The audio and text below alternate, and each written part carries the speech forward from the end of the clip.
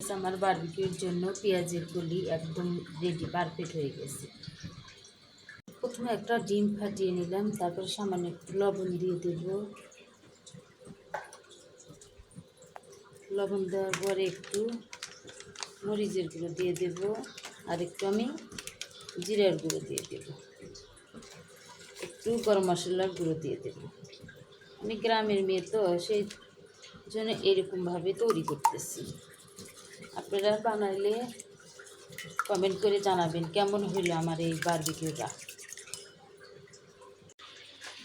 এখন আমি সেই বারবিকিউটা উঠাইয়া দেব গ্যাসের চুলায়। আমার তো এখানে খুব, আমি তো একটু শহরের ভিতরেই থাকি, নকরি চুলাটা নাই, সেই জন্য আমি এভাবে দিয়ে দিলাম। এখন আমার ডিমটা একদম রেডি হয়ে গেছে। এখন আমি একটু করে দিয়ে দেব সেই ডিমের মিশ্রণটা, দেখি কেমন হয় বারবিকিউটা।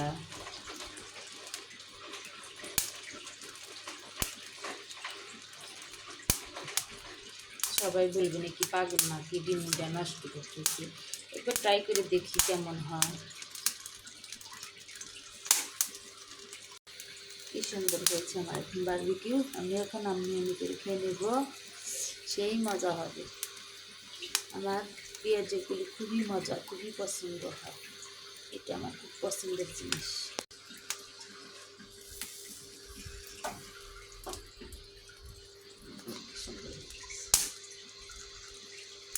এত যে মজা হয়েছে বলার বাইরে।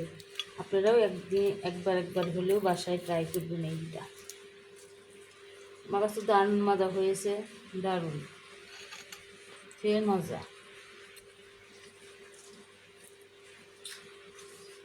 ভিডিওটি ভালো লাগলে একটা লাইক, একটা কমেন্ট করবেন। আর যারা এখন আমার চ্যানেলটি সাবস্ক্রাইব করেন না, একটু সাবস্ক্রাইব করে দেবেন। আল্লাহ হাফেজ।